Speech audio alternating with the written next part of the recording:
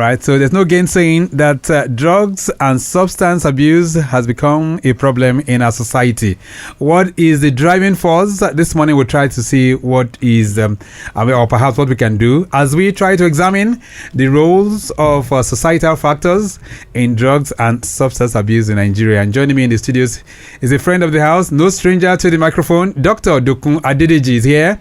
He is the CEO, Compassionate Care Recovery Initiative, CCRI. Dr. Adedeji, it's nice to have you back in the studios. Good morning. Thank you very much, Victor. Nice to be here. All right, all the time. And of course, anytime we call on you, you're always very, very eager. And that shows the kind of passion you have for this particular field, right? I thank you.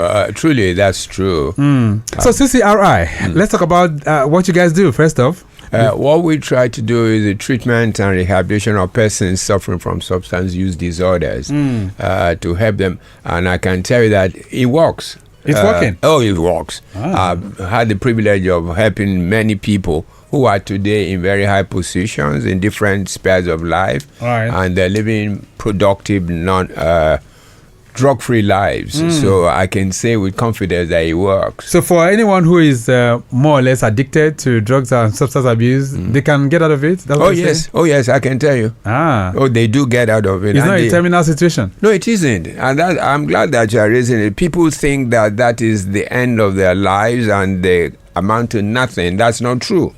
Many of them today are doctors, are lawyers, accountants. Some are in government. Right. Some are even pastors. So they can go back to their normal field? Oh, absolutely. Absolutely. Some of them sent from institutions have come and they've returned and they've graduated. And so I want people to know that it's a misadventure. Right. And we can help them. There's a second chance. Oh, absolutely. Okay. Second chance exists. All right. So let's look at society. I want us to just dig in deep into some societal factors that are really, really driving up this drugs abuse. But even before we talk about the abuse part, let's talk about the drug trafficking component. Very, very recently, we heard of a pregnant woman who's trapped some. That was yesterday. Okay, yesterday, right. So, I mean, pregnant woman trapping lots of drugs and faking pregnancy.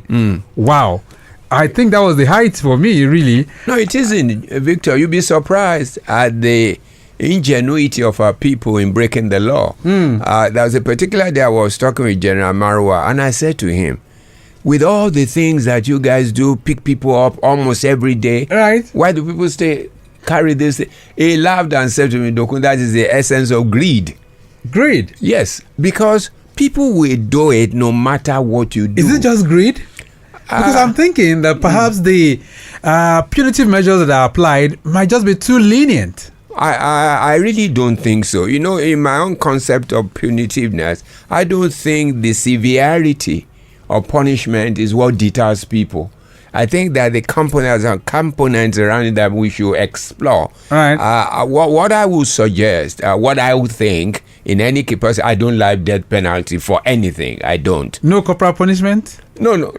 Corporal punishment, no. They will just take the case and thereafter they continue their business. But I think we are seeing the death of values in our society. People will say it's poverty. Right. There will always be poverty.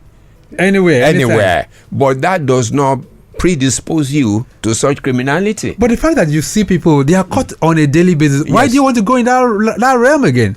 Victor, you're faking pregnancy. Can I tell you something?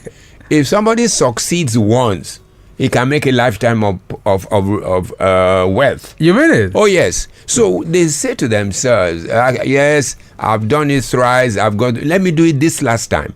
And they get caught. But the thing also that I'm alluding to is this. Because of the death of values in our society, today everything we talk about is money.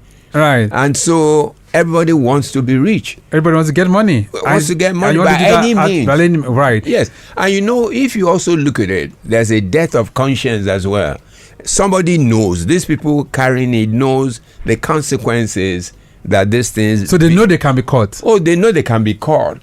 But you see, they get deluded. Some of them go to pastors, some of them go to Babalawo, and then they do all kinds of stuff. They say they don't get caught. But you see, the technology of today does not recognize... It doesn't. It doesn't. And so they get caught. Particularly in Nigeria today, General Emmanuel has instituted so many measures held by international bodies to help in interdiction. So I want to know, for instance, by the time if they escape the airports or the ports in Nigeria, can they escape those abroad? Many times they don't. Many times they don't. They get caught. But also, let me tell you, we can say abroad with all their sophistication. Some still sleep through. Right. And all kind of engine. There was a particular time in Mexico, some people will shoot something like cannon into someplace in California. Right. And then it will land as if it were. And then there was a building there with underground in which people will wait for it and then they distribute it. So there's, as you're getting caught in one way. So one ingenuity or the other, they're coming up with others. It leads to another. Because I've heard of drugs hidden in shoes, in slippers. Yes. Oh yes. I've heard of some of them in wigs. Oh yes. And all manners of things. And you begin to wonder what's going on. The craze to make money.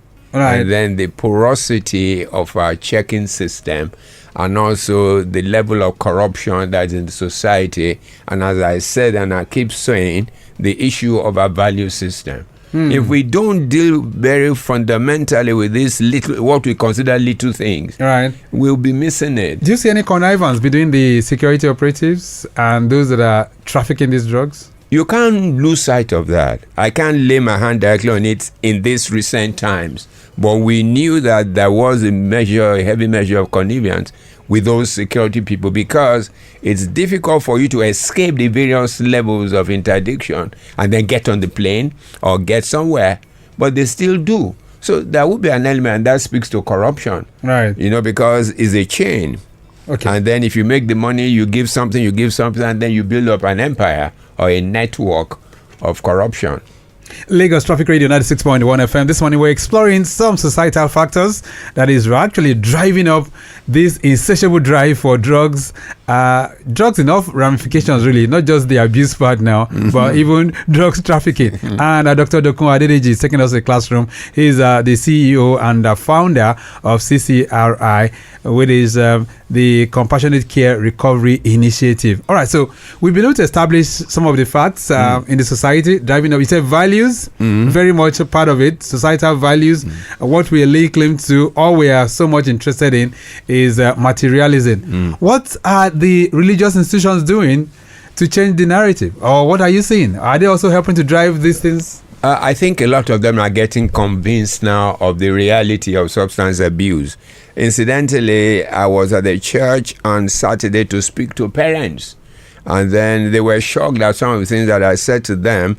And tomorrow I'll be delivering a paper to a Christian body trying to train pastors, which had been one of my major cry, that unless the institutions of our religion, right, whether Muslim or Christian, they get to the reality, they see a lot more people than any advocacy group. So if the pastors are seized of the reality, they can talk about it in a non-judgmental manner that will engender people to self-report.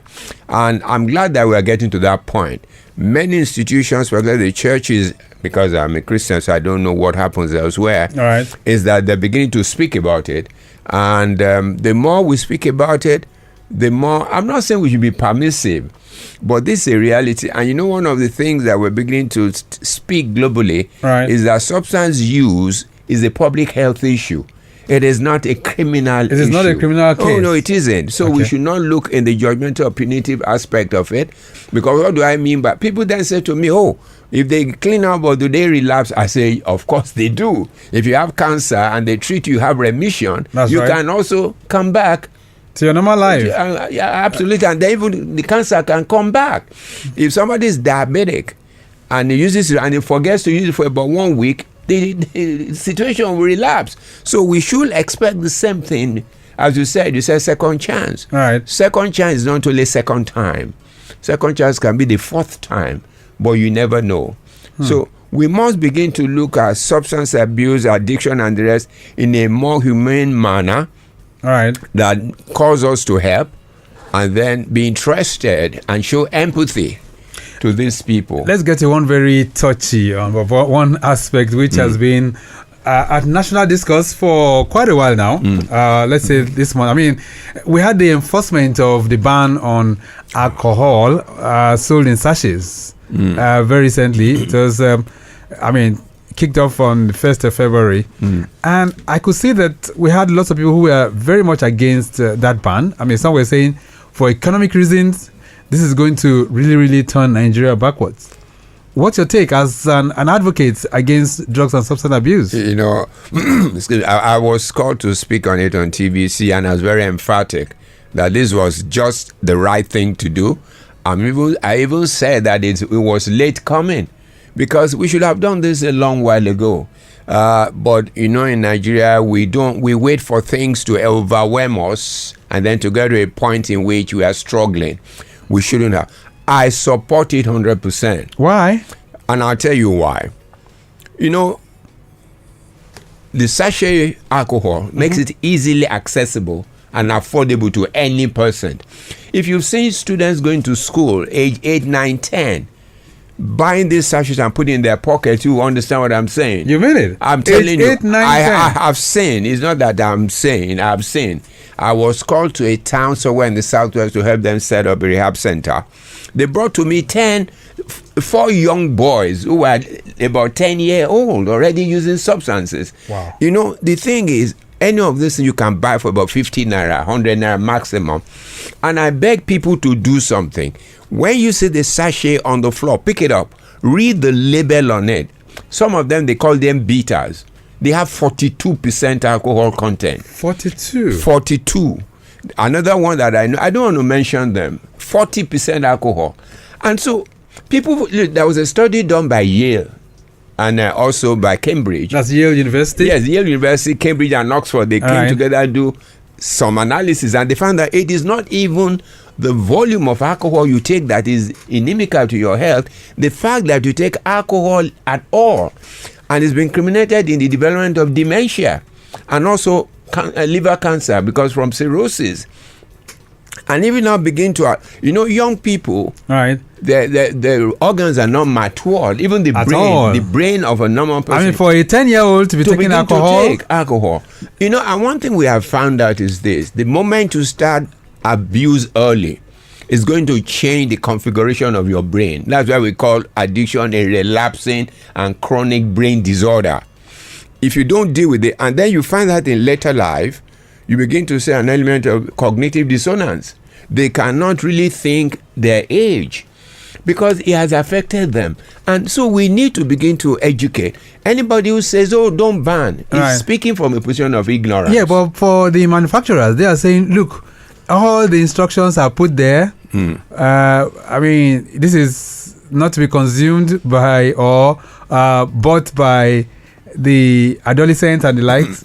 So that, if you take this off, if you place this ban, you're going to make us lose our jobs. No, you see, I'm saying something, and I've said it to some of them when we discuss some of these gurus. And I said to them, will you consider economic benefit over the health position of your people? Would you give your son or your children this to drink in your house? And then, so if the answer is no, why would you expect somebody else to buy it and drink it? And I said that some of them said, we will lose about 5 million jobs. I said, tell me another story. Are you saying to me 5 million people are the people who work on the sachet line? NAFDAC didn't ban alcohol. They banned the sachet component of it. So do your alcohol. And we must come to a recognition in Nigeria. Regulation is a problem. If you say, people less than 18 should not buy, how do you regulate that in my village? How do you regulate it at the model park? How do you regulate it anywhere? So let's not, even the ones that are regulated, people still have access to them. Okay, all right. The latest report indicates that the sale of alcohol is dropping in Nigeria. And I understand some of those manufacturing outfits out there are looking for how to drift into some other things like drugs. I don't know how that is. Then they're compounding the issue. Already, I need to say this for everyone to know. Alcohol is a drug. Okay. But because people don't classify it like that in the components of classification, alcohol and cigarette are socially acceptable drugs. Because like you're talking about alcohol, we will not blame anyone who drinks until it begins to fall in the gutters. And so we accept it. And the studies that were done by UNODC in 2017 did not include alcohol in the report. So you can imagine if it's reported. And so we face a grave danger, if we must know, in this country. And I think it's high time we faced it and deal with it. All right, squarely. And that's what Dr. Dokun Adedeji, who's my guest this morning, is emphasizing. We need to, look for a kind of holistic view on how we can address all of this. All right, this morning we're looking at, exploring and examining societal factors driving up the spread or perhaps the increase of drugs and substance abuse in Nigeria. Let's get back to the roads. Fully loaded truck broken down, and that's around the Irawo corridor, and that's making it very, very difficult for those who are navigating through that corridor. I understand the driver making frantic efforts for its removal. Control room, what's the latest with that update? I hope things have been done to take it off. Ajegunle Apapa corridor outwards Apapa, I understand. Marine Bridge, to be precise, just by Dalamin, that's a breakdown of a 40-foot container laden truck within that particular corridor, also adding to your movement, but not really affecting the flow of traffic right now. All right, then, those of you on the Lagos-Abeokuta Expressway, things are still looking good. If you're coming in from the Dokpamo end, linking up with cement, high influx there, a little bit slow. Of course, the slowness commences from that's immediately after cement, heading towards Ilizik. Ilizik is a merging point where those coming in from the Yanokbaja end and those coming in from Sule in Agege have this merging. And of course, the roads also becomes narrower there inwards Ikeja along down to National. Beyond National, inwards Oshodi, things get better. Return journey still looking pretty good. Victoria Island corridor, yes, we're still tracking the update there. We did tell you that there was a breakdown, a breakdown of a Ford SUV occupying 50% of the road at Prince Alabi Oniru inwards Sandfield. Control room, keep us posted what's happening with that particular impediment. I hope it has been worked on. Those of you on the Lagos-Ibadan Expressway inwards Lagos, I understand it's also looking good. But if that's not your experience, you can always reach out to us. Let's have your input as well. And that's on 08099120777. If you have any other concerns too, feel free. And if you want to sink your teeth into the conversation this morning, as we're looking at some of these factors driving up drugs and substance abuse in Nigeria, feel free to connect with us on these numbers, all right? 091-5387-7127 and 08099120777. Dr. Dokun Adedeji, let's get back to the conversation. So yes, we've been able to explore some factors driving up this drugs use and abuse. Let's get to the youth part of it, because I know the audience that appears to be consuming it or perhaps abusing drugs the most now, they appear to be the youths. Is that correct? Yes, that's true. And what's driving this? A lot of factors. What I say to people is, for every user has his own reason. There is no one size fits all. But one thing that is clear is the value of the family system. There is now an erosion of parental care. Okay. So that I say, in the concept of society, when you look at the society, you look at the individual. The individual comes from a family. The family is the smallest subset of society, and anything you see in the larger society emanates from the failure of the closest and the smallest unit, the family. And what do I say to that? Let me give you an example.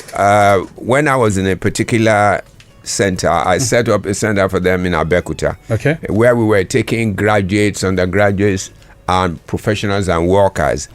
We had, before I left them, we must have seen about 70. Out of those, wow, about 70? Yes, doctors, architects, and all the rest of it. And nurses and students, particularly from Christian institutions. Out of that, there were about 40 of those were students from Christian institutions. Christian institutions? Yes. And if I tell you what is shocking, out of that 40, about 30 of them were children of pastors. Wow. And they said to me, I said, how did they have? They said, what does it matter, the fact that the father is a pastor? that I know my father beats my mom. Wow. And so when he gets on the altar and begins to say, I laugh at myself. I say, look at this man. Wow. And so when parents are not role models to their children, when a man says, don't drink, don't smoke, but he has a bar in his house, who drinks the spirit? Would they be spirits that come to drink the alcohol? Certainly not. Of course not. So, and if a father smokes and he tells his son not to smoke, the son will try it. Definitely. If Someday. you tell the son that it's bad, he says, my father smokes. He hasn't done him anything. So why can't I?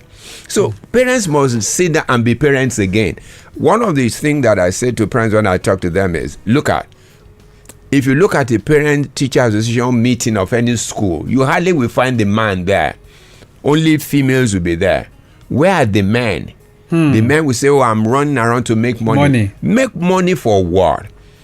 Haven't you seen a lot of people who make all the money, build all the houses, and these houses are sold by the children? They say they are helping them, bro. Very true. So, all right, then the reactions are coming in for you already. 08099120777. You can connect with us on the program. This one says, good morning.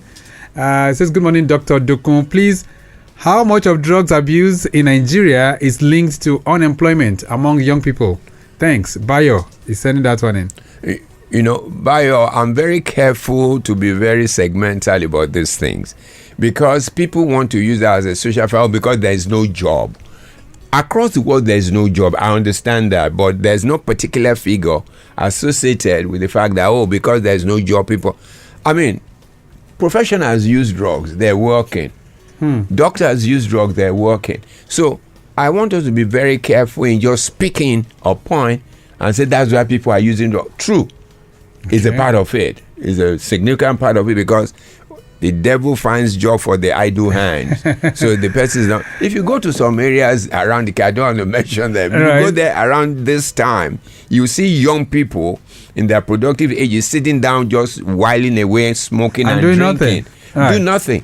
True. If the government in our country can truly be productive in terms of ideas, how to locate those people, find them jobs.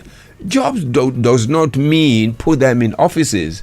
Okay. I've said it. Look, if you drive down to like Ibadan, on both sides of the road, you see virgin land, green. Go create a Greek settlement and then put facilities for them to make them feel like they're living and let people work. So don't say, oh, they have to work in an office. And institutions also need now to be dynamic about the attitude to education.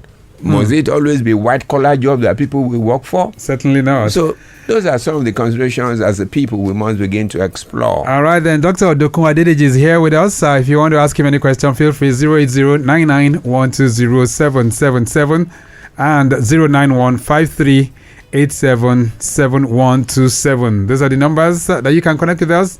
This one says, hello, Lagos Traffic Radio. I want to ask the guest if peer pressure is still the main reasons youth start taking drugs or if there are bigger societal issues now. Isn't from 7up? All right, isn't it? Thank you. You know, just as I said about unemployment, peer pressure is real. That's true. But where does that come from? It comes from the failure of the family system. And what do I mean by that? You know, I said to people in psychology, there are three components of the human person. The id, which is genetic, there's nothing you can do about it. The next one is ego. When I say ego, I don't mean arrogance or pride. What it means is the essence of the human person. Who are you? Who am I? Why am I here? What do I want to achieve? What do I want to become? If people are not allowed to develop that, which is an innate thing, is a self-motivation. Dr. Kolade says something. It's a fire in the belly. What fires you? What determines your motivation? The greatest motivation is self-motivation. I want to be this. If you want to be this, you can't afford any distraction. And then the other one is superego, which is external. And anything external to the individual can exert an influence on a weak development of the ego. Right. So anything in the environment can affect it. But the most important, peer pressure comes from the fact that you look down yourself, you want to be like others. Why do you want to be like others when you are uniquely created? And then so be who you ought to be and be satisfied. The example I give usually to young people is this. We all know Wole Soyinka. All right. What did Wole Soyinka read? Literature and drama. And there's no country on the earth that doesn't know him. That doesn't know. His younger brother, Professor Femi Soyinka, taught me in medical school. I'm sure many of you have never heard about him. That's true. So it is not about what you read, it's about what you make of what you have read to establish yourself and prove your worth. So what roles do you think, I mean, when you look at the celebrities, for instance, what roles do you think they are playing? Particularly in Nigeria, not even only in Nigeria, through social media, right. I think they're very negative influence. I'm thinking so too. Yes. And unfortunately, because they themselves do not even understand the responsibility of their position, do not know how to help young people. You know, the thing is, they must know that a lot of people look up to them and they must be good, positive role models to young people.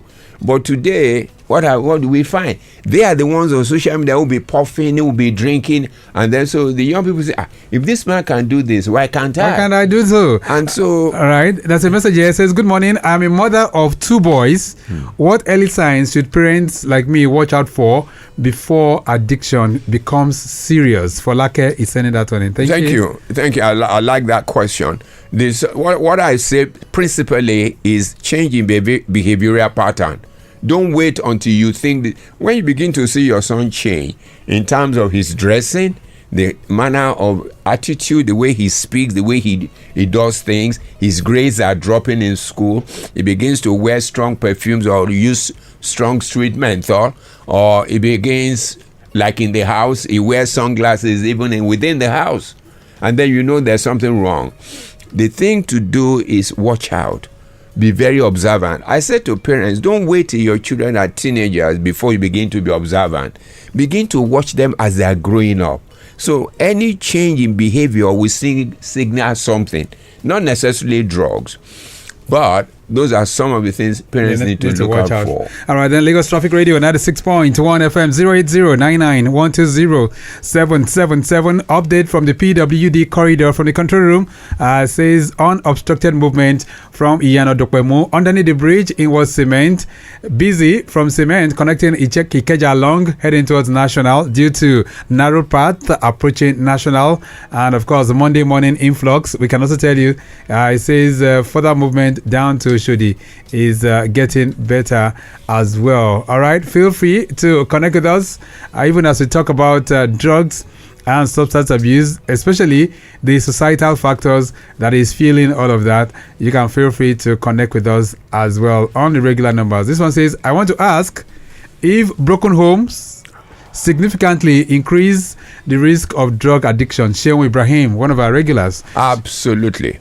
It does? Oh, it does.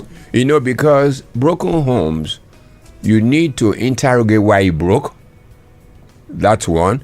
And not only that, you find that the son or whoever can say, I'm with the mother. Oh, I'm with the father. So you never know where they are at. And then there is no supervision.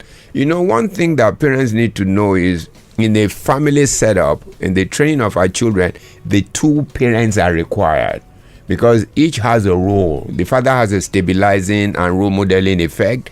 The mother has a role model emotional cushion. And when one or the other is lost, it's going to have a significant impact. Particularly, you know, one thing that parents don't know. Each child is different.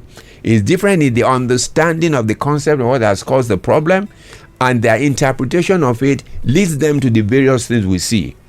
So it's important that we try as much as we can that parents don't break up or they don't even quarrel when their children are there to see them quarrel and the things they quarrel over. Right, then Lagos Traffic Radio 96.1 FM. So for recovery, how does it work really? Because you said people can get back, they are given a second chance. Oh yes. So how does it work? I said to people in recovery there are 3 components like a tripod.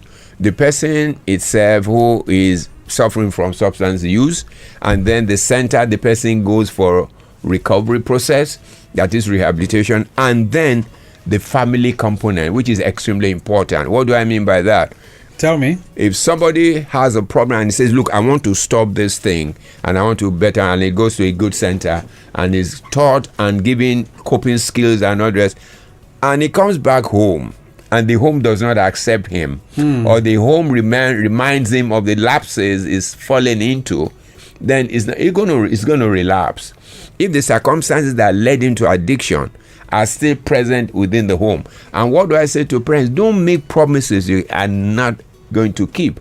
Oh, when you leave this place, I'll make sure that you travel to the UK, or I'll buy you a car. Those are not good ways of encouraging. Yes. So the person must be encouraged based on the reality of what is on the ground. And so the person also must come to a sense of self.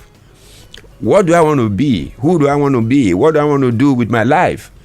Right. Those are the factors that help recovery. Any of them is missing.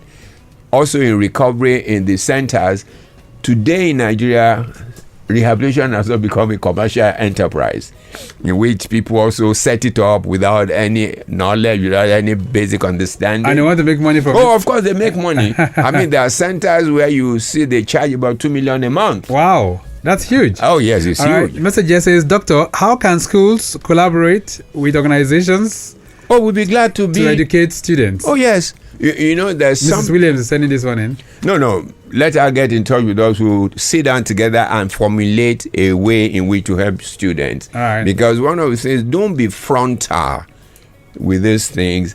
It must come from a position of understanding of the dynamics of what's happening, and then you can then devolve the message to them.